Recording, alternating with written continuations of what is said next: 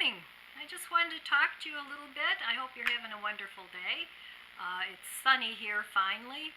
Um, Nice break for the winter, but it is chilly. So I just wanted to talk to you a little bit more about more ways that I save money.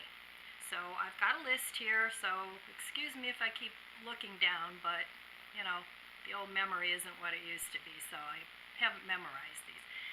Anyway, one thing I do to save money is I refill my own K-cups. And I have these little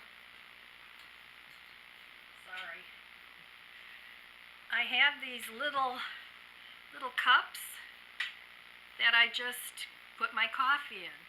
Now, if you want to do this, you have to be a little bit careful about what kind of coffee you put in them. I use Folgers that works really well. I like their hazelnut decaf. But some of the coffees, for some reason, will plug it up. So sometimes you have to experiment a little bit with it. And then, it makes a great cup of coffee. And then I save the coffee grounds and I put them in my garden in the springtime. They add a lot of acidity to the soil. So that's another thing I do to save money. I put my coffee grounds in there. I also put them on my hydrangeas. I have a lot of hydrangeas. It was my dad's favorite flower, and sort of in honor of him, he's passed away. I have a lot of hydrangea plants in my garden. But to change the colors, I believe if you like them blue, they like acid, so I put my coffee grounds around them. And alkaline is to make them pink, but I like the blue and the purple colors. And you can actually even mix the same colors on the same plant by making half of the soil acidic and the other half alkaline. So that's another thing I do to save money. I use it in my garden. And speaking of gardens, this year I'm making my own starters, tomatoes, peppers. I saved some seeds from last year. I had some beautiful French marigolds. I saved the seeds from that. That's another thing I do to save money. You can save money from your peppers, from your tomatoes, and there's a lot of online tutorials on how to do that. So that's another thing I do to save money. I journal. I write in a journal. It's entertaining, so it's cheap entertainment. I do that to save money, and it gives me a lot of insight into things that are going on in my life. So it's also very good for your mental health to journal. I've gone back and read some of the journals, and some of them were, of course, everybody in their life has their ups and downs. So some of the things you read it and it's like, oh, thank God that's over with, and I overcame that obstacle, and it gives you hope for any obstacles you may have in the future. Or it's a nice memory of good things that have happened in your life. So I've done that for years now, and I don't do it consistently every day, but I go through phases where I'll journal more than other times. Another thing I do for cheap entertainment, and some people are going to think this is a little weird, but that's okay. I organize things. What it does, it helps me find things that I forgot I had. So it lessens my shopping trips because if you have a lot of clothes, which I do, or a lot of food or whatever, you just don't go out and buy it again, because organizing things, and I try and do different areas once a year, it just helps me save money. Redecorating your house with the things you already have. I have a lot of tchotchkes and, candles, all sorts of things like that. So putting some of them away, oh, excuse me, that's the phone. I'll be back. Hello again. Anyway, I was saying you can redecorate your house with things you already have. You can paint them or embellish them or combine them. and make little displays out of them. And if you have a lot of things, you can put away some things in a box, stick it in a closet or the attic, and then bring it out every now and then and switch it up. That way you don't get so bored. I know I personally have a lot of these sorts of things, and it gets a bit cluttered if you keep everything out at once. But if they're things you like, you don't really have to get rid of them. You can just keep them for later or repurpose them. So that's one thing I do to save money. You can also use mason jars or any pasta jars, anything like that that you have, and embellish them with whatever you have, yarn or rope, anything like that. Or you can paint them. Same thing with coffee cans. You can spray paint them and put plants in them, whether it's artificial or real plants, and poke some holes in the bottom. So you can get a lot of good things for free that way. You can remake your old jewelry.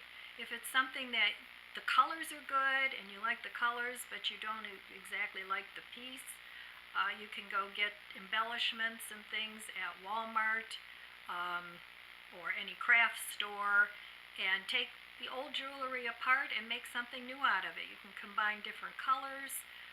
You can make a necklace into a bracelet into a necklace. You can make earrings out of an old necklace or a bracelet, and you can have a lot of fun with them. All you have to do is buy some fasteners and maybe some wire, and there's a lot of tutorials online that you can watch to make jewelry, and it's very easy. As long as you have a little bit of artistic design, and even if you don't, as long as you like it, that's what matters. So that's one of the things I do to save money. You can make new art out of wall paint. If you painted a room a certain color and you want art to go with it, if you have leftover paint, you can buy a cheap canvas board and a little roller or a brush and make some modern art out of it, and it'll match your decor. So you can use up that paint or add a different color to it, a contrasting color. It doesn't have to be, a Picasso, but Picasso is pretty wild in his art, so you never know. Maybe you'll be the next Picasso. But that's one thing you can do to use up your old stuff, and it doesn't really cost you anything. A board costs under $3 depending on what size you buy. So that's one thing you can do. You can learn a new skill from a friend. If you have a friend that bakes bread, pick her brain. And not only is it entertainment and it's a social interaction, but you can learn a new skill. So ask a friend to teach you something. That's one way you can save money. You don't have to pay for a class. If you have a friend that likes photography, have her give you some pointers. And most people are very happy to share knowledge. So that's one thing you can do. You can create an indoor garden. I have an extensive indoor garden. I get very nostalgic about my outdoor garden when I can't garden in the winter. So I come into my indoor garden. It's peaceful. It's good for your air. The plants release good air, and it's a fun thing to do, to garden. Let's see what else. The way you can get plants if you can't afford to buy any. You can make cuttings from plants you already have. Ask a friend. Most gardeners are very happy to share their plants with other people. So I'm sure they'd be very happy to give you cuttings.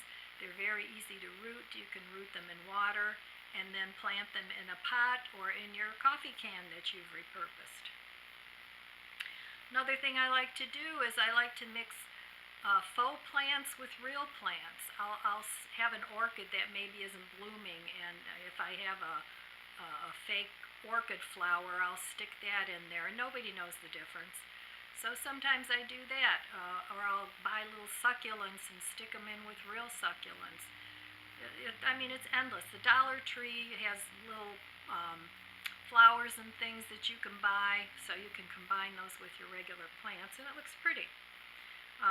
Rather than going out for lunch, you can invite a friend over for coffee and just bake a little treat or something, or get some store-bought cookies and chocolate. You can put out on a plate. You can have coffee or tea, or you can even invite them over in the evening if you have a bottle of wine that you want to share. This way it saves you money. You could have wine and hors d'oeuvres, just things like that, and you'll be able to spend time with your friends and not spend a lot of money. Another thing I do is I cook healthy meals. I save money that way. I use up almost all my leftovers. I recreate a new meal out of it if I'm bored with what I've already had. Or I'll save a small portion and stick it in the freezer. And then when I have a taste for that, like today, I had a little portion of sauerkraut left. I have a vegan sausage that I had that I thawed yesterday, and I have some instant mashed potatoes, or I have some regular potatoes, and I'm going to make that for dinner. So I would have been tired of eating the sauerkraut had I eaten it, 4 or 5 days in a row. So that's what I do with a lot of my leftovers. You can make your own cleaning products. I know this isn't a new revelation. All you need is, if you have Dawn liquid, that seems to be a wonderful cleaning agent. It works for everything. Vinegar and baking soda and maybe some either Feld's Naphtha soap, or I think it's Dr. Bronner's, I forget what it's called now, but anyway, that soap. You can make almost any cleaning product that you need. So that's one way. There's a lot of formulas for that online. People will post DIY cleaning products, and you can get a cheap spray bottle at the Dollar Tree. So for $1 and a few cents, you have something that works just as well as if you spent $3 or $4 on a commercial cleaning product, and it's also healthier for you and the environment.